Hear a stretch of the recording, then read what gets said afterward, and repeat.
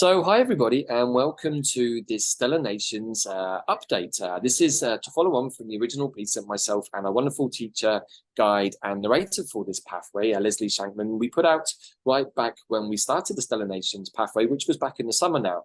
We're now at a critical point on this journey with the particular Stellar Nation called the Cosmic Humans, which is kind of really where we are also in this process right now of the ascension. So it's super interesting to bring a sort of, I guess you could say, a review of everything that's already happened on the Stellar Nations pathway. I'm going to speak a little bit from my own experiences, as I think Leslie is, but also Leslie's just going to give us a bit of an overview, review of what we've already encountered and why and how we got here. So hi Leslie, wonderful to be here with you again. We've really been loving the whole pathway that we've been mapping out with you, and quite a few of our tribe have been following, but we wanted to do this kind of, I guess you could say, update at this moment for a bunch of reasons, right? Yes, we do. We felt it was good to check in, and we wanted to let people know it's available because we're finding in our own lives and the people who joined that it's very pertinent. And what we're learning here, and especially now as we're coming up to doing the Cosmic Human, the Stellar Nations it's the aspect of us that holds all the 13 Stellar Nations, the inclusiveness of us that takes what the Creator gave us as our fate and what we are and what we're to be, the way we were designed, essentially holding these stellar nations as parts of ourselves, as ways to experience, because the Creator made us as experiencers, because the Creator is beautiful, inert source, and we're the dream of creation, and we can experience, we can do, and the Creator can imagine us.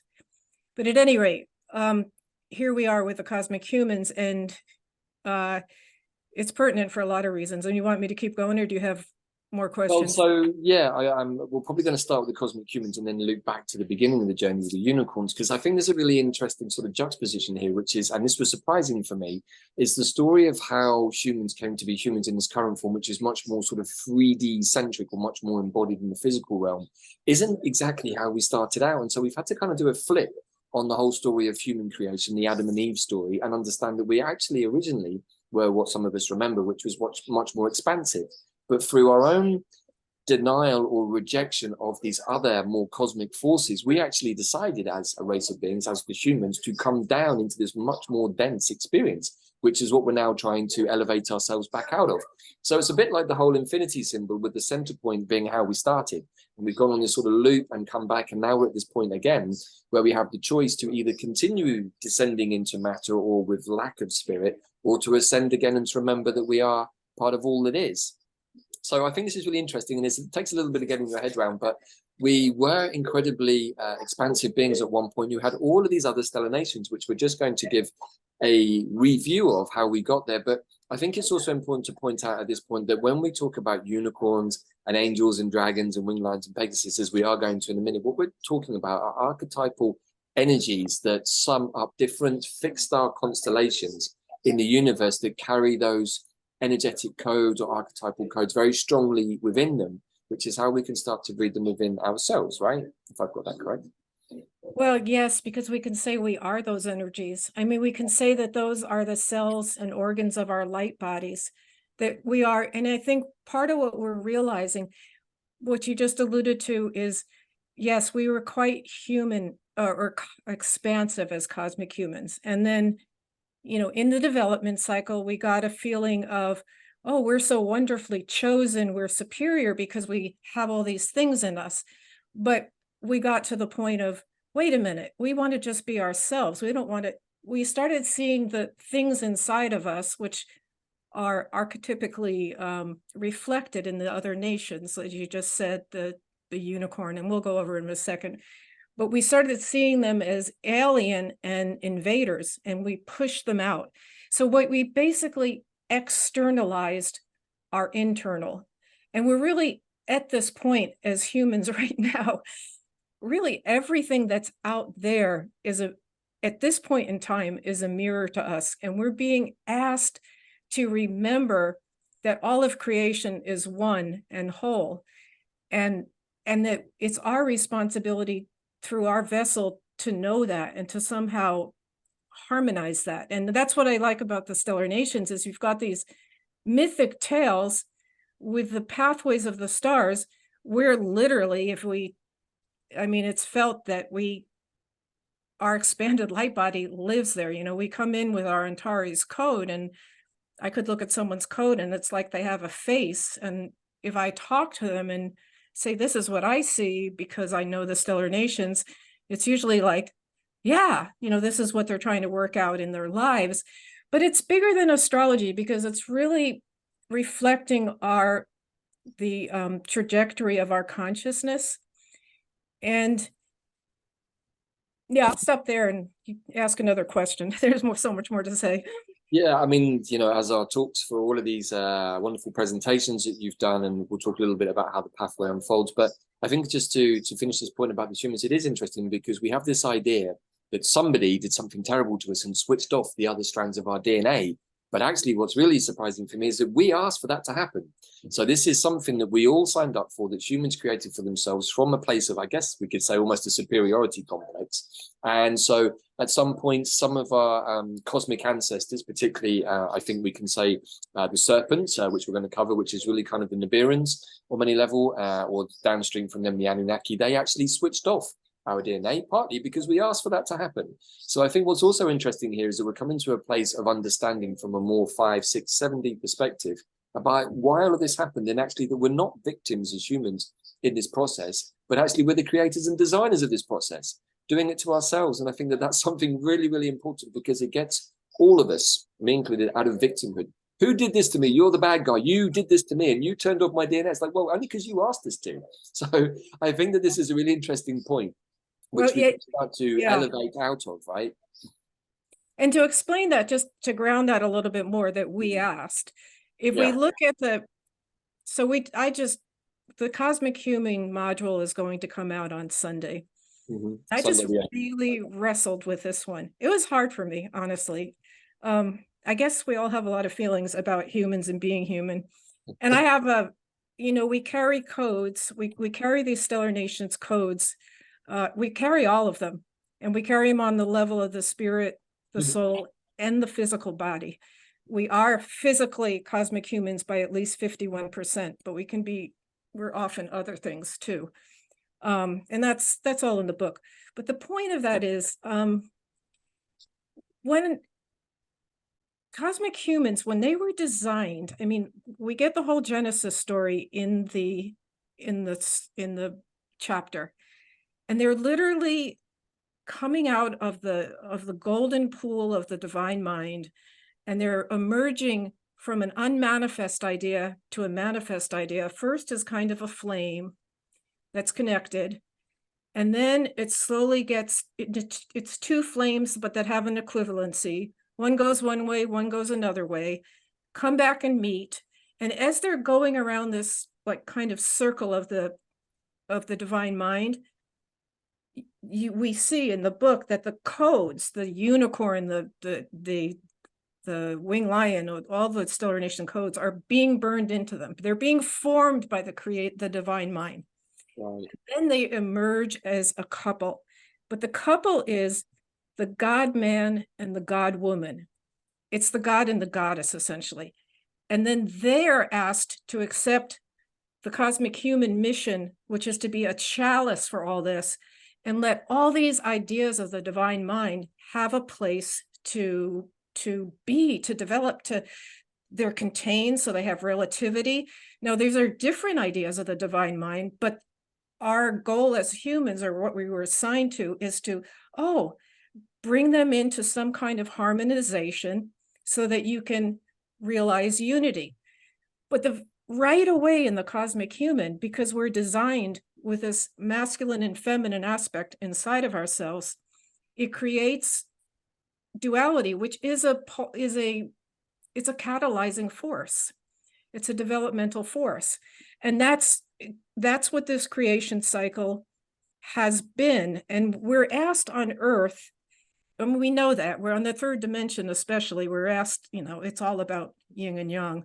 But we've gone around, what the Cosmic Human chapter shows us is we've gone around the 26,000 years cycle of the precession, and every alternating astrological sign has been either masculine or feminine, with different stars, different initiating schools, and different lessons in the development of being human.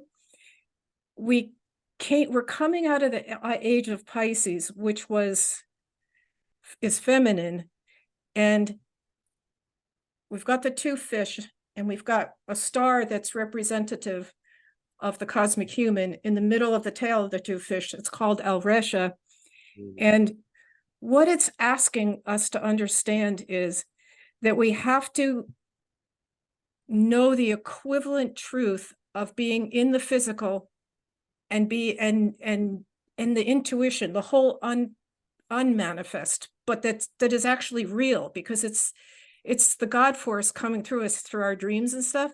But so we can start taking that and say, that's another level of duality: feminine, masculine, visible, invisible, manifest, unmanifest, but also us and our light bodies that are in the stars, that are literally part of us right now. Those stars are radiating lines of light down to us, that we have a stellar mantle that's always with us, that's giving us information, but we're waking up to it when we start to become inclusive again of what we were given by the Creator, which is represented by the 13 stellar nations. And if you start just looking them down, like you said, they're archetypical patterns, but each one of them has an incredible story and has octaves of experience. Most of them have some kind of fall. There's a path of redemption. Redemption meaning that you can be lifted up. So it's like what you said before, that we kind of created it and we could come back. So we're coming now from, when we come into the age of Aquarius, we're coming into where we're asked to be above the karmic vortexes. Like, we're going above that, and the water barrier is pouring out water, that whole Aquarian idea, holding the water bearer, holding the chalice, but actually that chalice is us, and it's pouring out us, or what we're holding. It's saying we can reformulate ourselves, and we have to we reformulate ourselves by completing the path with what the Creator said to the human. Look, I'm giving you all this. The Milky Way galaxy is your stage. We have 33 planets. Earth is, in particular, we're on Earth. Earth has the biggest charge. We're asked to balance the masculine and feminine, and we're asked to harmonize all 13 stellar nations. Not every planet has the same configuration. Okay, I've just said a lot, so I'm going to stop. So in a moment I'm going to ask Leslie to just give us a couple of minutes on each of the nations that we've already covered up until this point. This is now, I think, module 10. We've done 3 sets of 3 until now, and we're also going to be talking a little bit about the special offer that we're doing at this point to encourage more of you to enter into this path. Because what I've come to understand since I engaged with the very powerful transmissions, which is what I really believe they are, they're in the books that come from the original source material from Dr. Bayer and Nico in Hungary, but that Leslie has been very wonderfully narrating, I would say, in a very sort of bardic way, actually, the whole nature of the cosmos story. But each and every one of us has a part to play in that, and that is done, as we explained in the original video, about fixed star astrology for our natal chart. So we're not going to cover that again. You can watch that in the first video we put out. This on the YouTube channel. But I think what is important here is to try and understand that we are playing out this kind of reconfiguration here in the most densest place possible, some aspects of our galactic ancestry in a different way. And it's something that we did all sign up to do. And I could even say maybe that some of the falling of some of these codes from particularly like the angel nation, the dragon nation, the serpent nation, is also a way of working out the emotional responses through the mind of the Creator in this more dense form, so that we can elevate out again. So it's kind of like we've been brought down to the most dense form, because sometimes, and I want to be really clear about this, that we have these ideas in the spiritual space about dragons and angels and winged horses and unicorns. And I got to be honest, sometimes it feels a little Disney to me. It does. And, I've been working with dragons and angels for the last decade, and I often wondered where those impulses came from. I never really understood it, but they were super clear. They came to me at various points, and I've been working with them on myself, but also in my healing capacity. And what the Stellar Nations pathway has done, I think, incredibly profoundly for me, is allowed me to assess these many different qualities from these archetypal energies of angels and dragons, not in some whimsical, flimsy way, but actually in a way that made perfect sense for me. And all I was required to do was to receive the transmissions and find a nice, beautiful tree to sit under and journey with the material inwards and say, well, how has this come up in my life? By looking at my Antares code, where those fixed star astrologies and those DNA codings are put into me, or what I not put into me, I guess I chose them, or in conjunction with Great Spirit, or however we want to look at that. But that was my path that was laid out for this particular aspect of Great Spirit to experience. My chart's quite extensive and a little tricky in places, but that's the life that I've lived. And once I started to engage in this material, I was able to understand many different parts of my life that I'd experienced, but hadn't really fully understood, including why I work so profoundly with angelic energies, particularly Archangel Michael, but also with dragon and elemental energy, which is also a big part of what I've been doing, particularly with geomancy. But I never really understood why until I started doing the Stellar Nations pathway. So I just want to put that in, that this is not to be understood as some very Disney-esque, like, oh, we're going to be unicorns and rainbows. Those are in there, but what this pathway does is gives us why. Why do we feel connected to those beings, or maybe why we don't feel connected to some beings?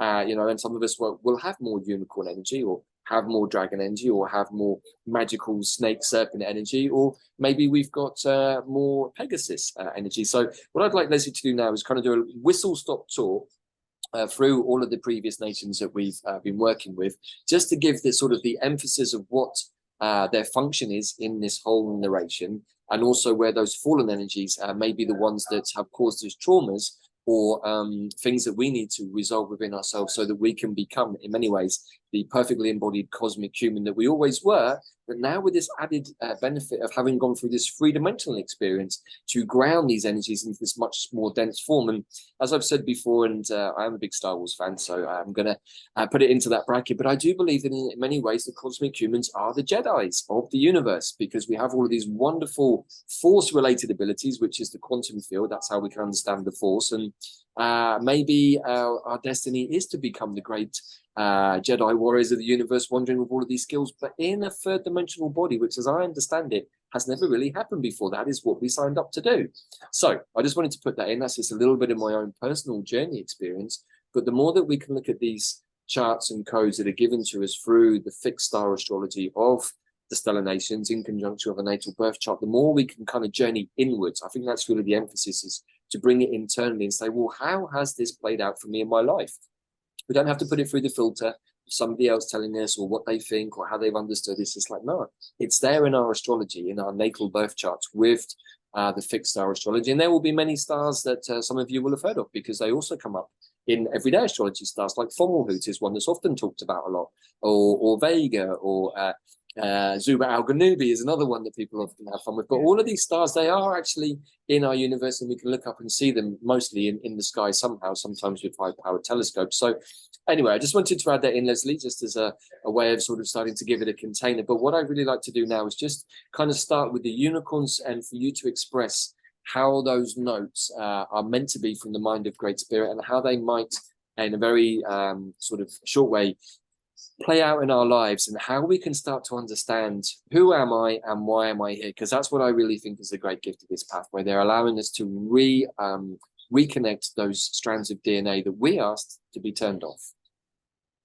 Okay, and yeah, I went off a little bit before about how we were formed, because that's like the alpha, right? But we have all this in our minds, the Adam and Eve story, but it's all distorted. And when you talked about how we pushed out when our DNA was taken, that goes back. It goes back to, if we're going to put it in time, I don't know if time is right, but on the third dimension, they say in the book that, I think it was 4,610,000, I forget the number I now. think it's 65,400,000 That's years it. I ago. had It's some it, yeah. number that's got so many zeros that I wish Right. my bank balance had that But many. that was literally a time when, I mean, the Earth has gone through so many precessional cycles behind the veil that we even know about. And the humans didn't even live in an embodied form. They watched all these nations, unicorns being on the Earth and things, finally came down and embodied them. We're given all these senses, the things we don't even we're given an intellect, we're given a mental body, an emotional body, spiritual body. These are all apprehensions. They're ways to perceive, because we were asked to be experiencers and to bring our experiences back to the creator. But when we say that we pushed it out, there just came that development cycle where we felt it's almost like a 2-year-old, like me, mine, you need to discover yourself. So when you say that, oh, later, this whole story that we have in our sense of being human, that there's Anunnaki and we had our DNA cut, and yeah, that's what we asked for. We asked because way back when there was this grand idea by the creator, we went through pushing it out. It's interesting too, because it's that timing corresponds when supposedly the Earth got hit by a crater and the dinosaurs were made extinct, and then the Ice Age came. And the dinosaurs could be the dragons on the Earth, and the Ice Age is actually because the creator had told the humans when they were created, I give you all the elements too, but they'll be your mirrors. So when our hearts went cold, when we pushed things out, it was reflected in the element of. So let's get to your question. The question is, what are these archetypical patterns or frames of experiences that were burnt into us, that are us, that we literally have expressing through different star worlds? The unicorn is our whole creative part. It's our dreamer part. It's that which aspires to think of something or has an idea and wants to make it come into fruition. We have the angel the angel literally upholds the ideas that come out of the divine mind. Every idea comes out with some level or kind of angel that's going to help that idea manifest or be or stay in creation. It's going to guard it. It's going to shepherd it. Then we've got the winged lion, which is the whole idea of how do we lead? How do we be a leader? And the octaves of that are, in our third dimension, we could be a bully on the playground, thinking that we're a leader, or we could be the finest royal leader that is attenuated to the highest of the divine mind, and we're able to let those frequencies come through, and then we pour, people come towards us because we can raise their consciousness. That's the true idea of a leader. Then we get into the Pegasus, and that's the messenger part of us. But it's really the finest idea of the messenger is that we're hearing from the divine mind, that invisible part, not the physical reality, but that equal reality of the invisible. And then we go out and we go into it's like we get a seed of light, this message, and we go about planting it. Now, it's all wonderfully fanciful when we read it as the Pegasus, but these are things we do in our life all the time when we're asked to give messages, to interact with people in certain ways. But there's so many nuances on it, because if we get involved with thinking that we're responsible for making the message flourish inside of someone, we're stepping outside of what the divine mind had. And I had, he's like, just take the seed and plant it over there, okay? Because there's this bigger orchestration going on. But you really start to see it when you start to know the stories of the stellar nations, and you can see how things can go awry if you misuse the qualities. Like there's certain stars that are pain patterns in the Pegasus, because they're showing us what happens when we try to stay on board and make the message come alive. We're not asked to do that. So there's all these subtle nuances of how to conduct ourselves that come out in the stories and that we can see in our stars.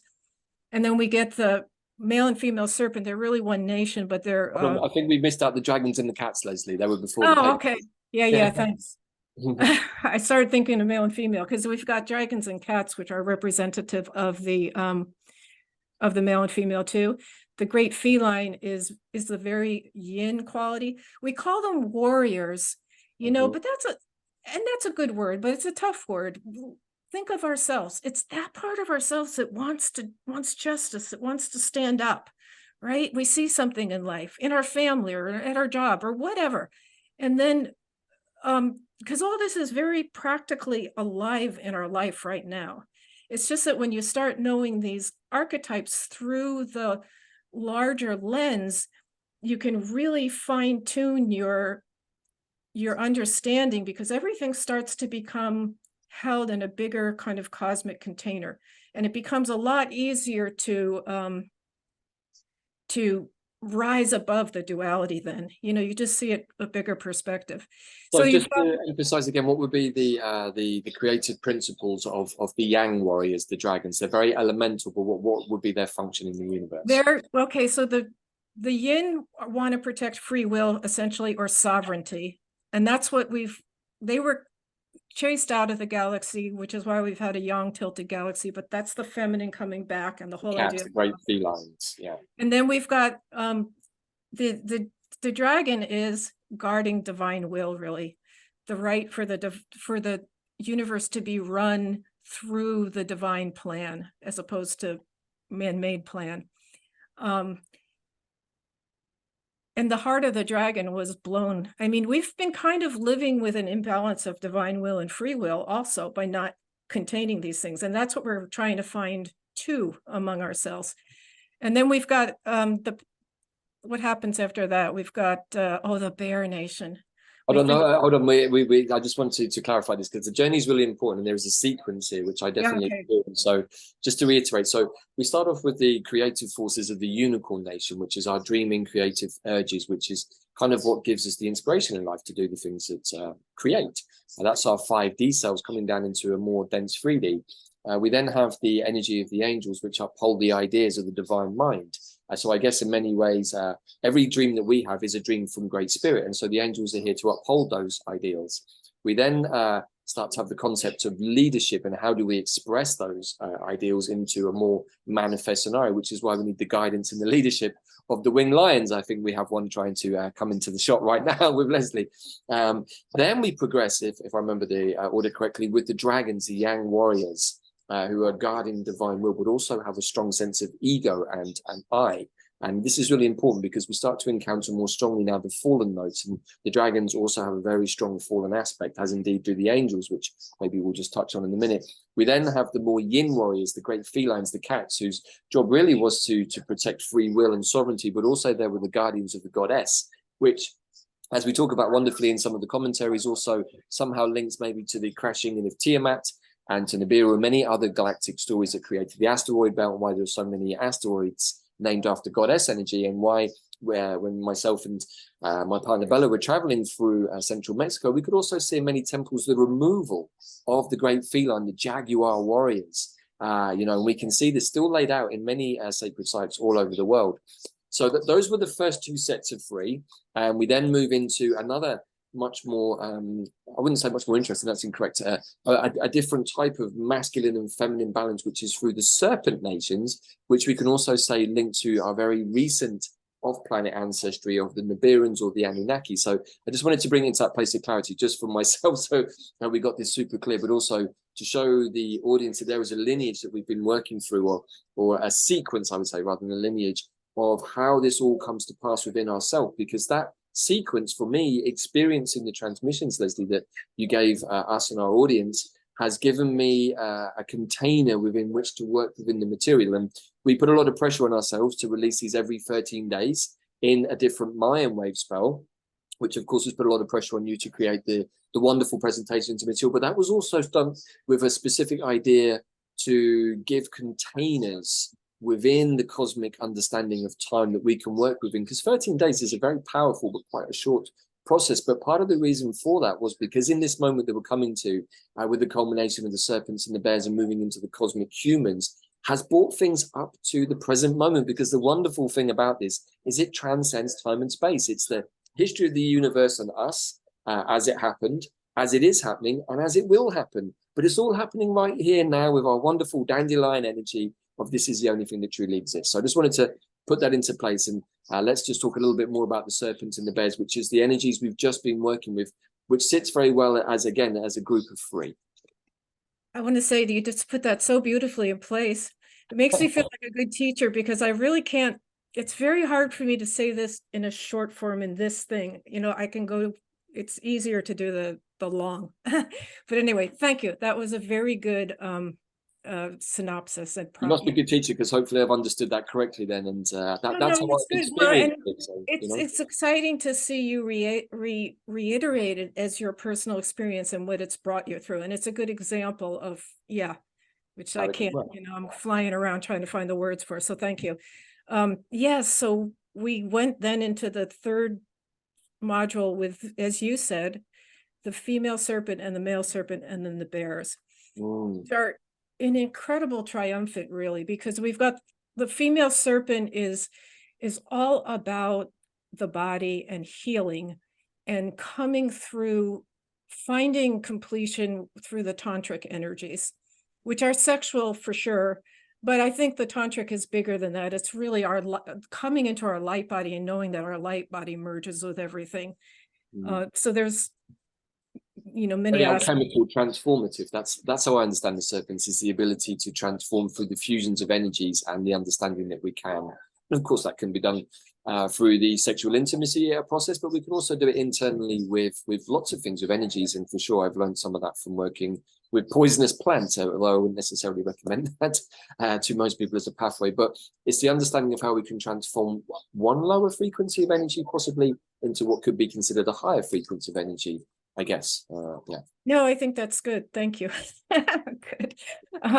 Then we've got the male serpent, which is actually, it's interesting because the male and female serpent are Siamese twins. They're joined at the root on the star Sirius, and they are not separate, but they have completely different pathways that are complementary, which again are really an echo of what we saw, how the creator made us as the God man and God woman with a dual. We're two aspects that are meant to come into a dual union. So the male serpents are teachers, and they're teachers of knowledge. And so we have the 12 orbs of knowledge. It's the 10 orbs of knowledge known as the Kabbalah. But when Bay and Aniko were shown it on Arcturus, the tree of knowledge, there's two more orbs that have been emerging. One is the knowledge of the stars, and the other is the knowledge of the divine. They're up the central post. So we learned all about that, but we also learned they're teachers of this knowledge, and that in the lower octave, or the misunderstood, on the third dimension, yes, knowledge is very, we've got all the laws of biology, and it's very sciencey, and that's fine. That's great. But, I was despairing when I did these two nations, and I turned to the male and I'm like, how are they going to be complementary? Because we have there's such a rivalry between those two pathways, and that's shown in our, our lives and too, with the masculine and feminine. But I started to really realize that the truest, highest knowledge is what comes out of the mind of God, and that's really spirit. And then when the feminine vessel can take spirit through it, and then the teaching pathway of the Christ consciousness, or the bears, is the heart, and everything has to come through the heart. Those three nations are actually quite intimately connected in the end when we get into all of them.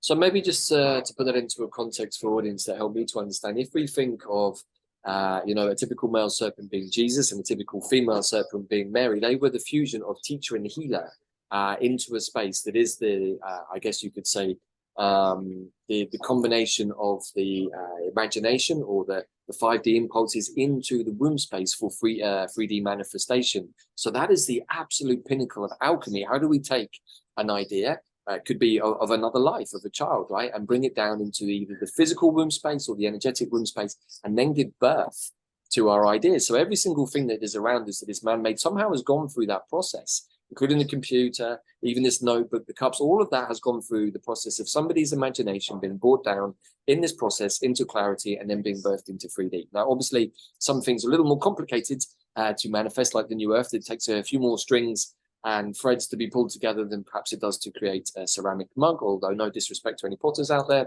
But, you know, so we can start to understand that we all carry these codes of healers and teachers, but also really we're starting to remove the, how to say, again, the sort of the Disney-esque illusions of magic. We all create magic all the time. It's actually not that that difficult. It's quite straightforward. You bring an idea to mind, you charge it with an energy, and you direct it. That is magic. Exactly true. Exactly true. I mean, that's actually that simple. But what's not simple is when we have distortions and we have lower notes and lower frequencies, which will bring us out of alignment. And maybe we're desperately trying to manifest something that's not really in alignment with what we want. If we're trying to manifest a bank account with lots of zeros with no aim in mind other than to be rich and powerful, that perhaps isn't in alignment with what our higher self wants, which is where the Christ consciousness, the heart energy, which if we haven't opened the heart, the Kundalini energy, which is the fusion of the male and female serpent energies at its highest note, is going to get stuck. And it could actually be physically painful, as anyone who's had a Kundalini awakening will probably testify to, when it goes up the wrong channels and doesn't come through the central channel. So I think this is really, really important because, you know, I think a lot of our journey actually, Leslie, is to break down some of the language that maybe has prevented people in the spiritual community or even the entire population from understanding. Like magic is something that other people do, that either dark magicians do, or something that Harry Potter does, or it's something on a movie. Meanwhile, we're doing it all the time. And I think we've been incredibly disempowered with some of these ideas when actually it's not that difficult to understand. So I just wanted to add that in because I think let's go back to what we were trying to learn from Pisces, with the physical and the invisible or the intuitive are equal realities. And like, I could call that magic. It's working with what the unseen really. But and that's, that's partly the Holy Spirit is one of the 13 stellar nations, and that's the quantum field. Right. And we really became, in the cycle of our development and our collective consciousness, as far as the stellar nations cosmology is, 2021 was the year of the Holy Spirit. We really became collectively aware that we're much more in a quantum field together. Right. And then 2022 was another year of the unicorn, which is creation, you just talked about. Mm-hmm. But we entered that knowing that creation comes from the quantum field. So it's what you call magic, but it's not. And it's none of this is Disney-esque, because if we start really getting into what we were saying, we have to go into all the nuances of every shadow. And I'm totally going into shadow now. The light just keeps changing. We have to go into the nuances of every shadow. It's not been Disney-esque at all, really, because when we go through these stellar pathways, we get to see the shadow side. Right, and I think that's really important, Leslie, and for sure, you're not energetically in shadow just in this moment. The sun has passed into that space. But I just want to, as we sort of perhaps wind towards an conclusion on this sort of update sharing that we're doing, is that this is the more challenging aspect of working with what's within us. But what's really cool about it is it gives us a container and a pathway that allows it to be resolved with clarity and conscience, which I think is important, and conscious awareness, because if we're fumbling around in the dark, not really sure what we're doing, with our heads filled with all kinds of ideas that are incorrect, or maybe have been given to us by other propaganda and narratives, we can get super confused. And what I've loved about doing this, even though it's been really rough in places, and some nations gave me a hard time, what it actually did was allow me a mirror, a very conscious mirror that I had to sit with on occasions, and it was painful, but it allowed me to release those things super quick and say, that's why this has happened, or that's why my life went this way. And so it's actually allowed a huge amount of forgiveness for myself and many other beings that I had perceived had wronged me or made me a victim or many things, to suddenly be released from that space that I was holding myself or them in. And I think the more that we all start to bring conscious awareness to our own processes in our lives, the more that we can start to turn the tables from them being a victim 3D life into a much more expansive 4, 5, 6, 7, 8 dimensional awareness life, where we don't have to live through the mask of our victimhood anymore. And All it requires is us to look into the mirror, and that's talked about a lot in the wonderful books that go with us, the Stellar Nations. We talk a lot about the Hall of Mirrors, because I think that that is the job of the human to the cosmic humans, to be sitting in the Hall of Mirrors and to see ourselves being reflected back at ourselves. And rather than, I don't want to look, you know, let me have a full look, let me immerse myself into myself for a while, and then I can release those things that no longer serve me with full clarity. Because, as you said, there is nothing Disney-esque about any of this. I can absolutely vouch for that. But what there is a magical quality to it all, which if we imbue into ourselves through these wonderful nations, and they are all wonderful. Yes, some of them have got challenges to them that ask us to challenge our misuse of magic, misuse of power, misuse of sexual energy, misuse of our ego, you know, all of these things. And for sure, that's why we're here in the 3D, because we're helping to integrate these things. We're helping to integrate the bits of us that we had rejected. And that's a challenge. But it can also be an hugely exciting adventure. And so the way I like to set this up is like, this is an adventurous path where we get to be Sherlock Holmes on ourselves and investigate the mystery of who we are and why we got here and what the hell are we doing here right now, right? Because what other questions are there for us humans? You know, we can distract ourselves into endless sport on the TV, which is okay once in a while, or endless holidays or trips to the bars and restaurants, which are also okay once in a while. But if that's all our life is filled with, it eventually becomes unfulfilling. And this pathway gives us the access to the codes and the information that allows us to look inwards and say, well, why have I been behaving that way? Or why did that happen? Or why have other people behaved that way to me? What is it that I'm putting externally that I'm not resolving internally? So I just wanted to put it in that place, because that's how I've experienced this journey, and that's why I've loved it so much. I love what you just said in terms of what just all of it, but what jumped out is, what am I putting externally that I'm not dealing with internally? And then you have this actual manual of how to deal with it, but you're getting the manual instructions are not from the third dimension necessarily. They're really showing us how to be more refined, you know, how to use these bigger aspects of ourselves, because we're seeing ourselves through our light body cosmic eyes, you know, through the stars, where we reside on there, how we are configured there. So yeah, and we're going to go on. We've got four more modules. The reason it's 13 nations, but it's 15 modules, because the male and female serpents need to have their own module. They've got their own stellar pathway, and the same thing's going to happen for the dolphins and the whales. So we've got 4 more to go, and we're coming to the arthropods after the humans, which actually talk about chamber of mirrors, right? And talk about misuse, but we will. And it's something we really need to know and look at, but it's also, we need to know the inherent, incredible, absolute beauty and original design purpose for each part of ourselves, and what the potential is, because it's so high. And especially when we start learning to put them together, you know, to make them harmonize and sing, that's called unity. And that's the truth of the in the stellar nations, the initiation in the Aquarian age is to be able to take it all into completeness, back to the father aspect of the source, and know that everything is above the vortexes of karmic dramas, which basically means you're above the third dimensional yang, you know, back and forth. Right, so that is partly why we've decided to do this update at this point. We are coming to a crucial section of the cosmic journey. We're also coming to a crucial section of the human journey right here on planet Earth, and we wanted to bring more awareness to the process that we can all engage with. So yeah, as we come to this final piece, which is going to take us up to the end of the year, we're seeing how this is unfolding in the collective right now.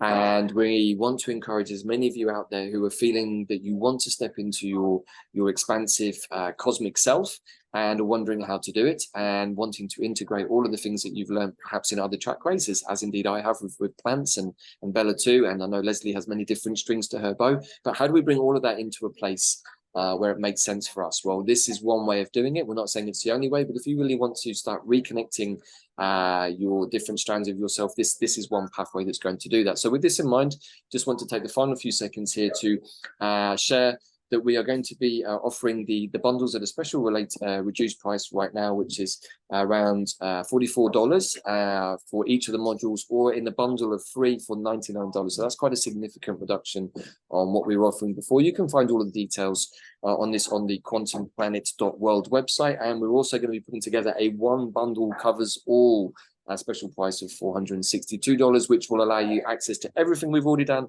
and everything that we're going to do up until the end of the year. So you can find all of the details about that in the show notes in the bottom here on the YouTube page, and you can also head over to our page on quantumplanet.world. So with that, I want to thank you, Leslie, for, as always, sharing just a very, very minute amount of the wonderful wisdom and knowledge you have in relation to all of this. It's a vast, endless topic, almost as big as the universe, which is infinite, I guess. And the more that we dive into this, the more we can really start to explore nuances within ourselves through these wonderful archetypal but cosmic ancestral notes that we carry within ourselves. So Yes. thank you, Leslie. A final word from you? No, I don't think so, except to say, I don't know if we said this, but the bundle is 1 to 2 hour class covering the stellar pathway. It's a discussion that we have, so there's more about it of at least an hour. And then it's a culmination of other materials related from the stellar nations, either guided meditations or PDFs or something else. Oh, blogs. Well, yeah, so it's kind of like all in one place. And right. you know, if you want to approach it, it's very approachable. So I thank you for making this available, Davyd. Thank you. Yeah, you're welcome. Just to reiterate what Leslie said, that each bundle, each module, from unicorns to angels to ring lines, there is a module self-contained with a wonderful presentation from Leslie, a preview and commentary from myself, Leslie, and Bella, and also there are links for blogs and other wonderful addendums, so you can work your way through the process. And of course, there are also links about how to get your Antares code and also how to access the books, which are a wonderful addition to the whole process too. So that's it, everybody. Just hoping that you feel somehow inspired or excited to jump into this pathway and join those of us who are already reaping the rewards and really feeling the expansion within us as it unfolds. And this is a momentous time. We're heading into a very powerful eclipse season. It's Scorpio season. This is a time for change, death, and rebirth. So if not now, when? That's what I would say. Keep it empty, keep it real, and we'll see you all again very soon. Bye for now. Thank you.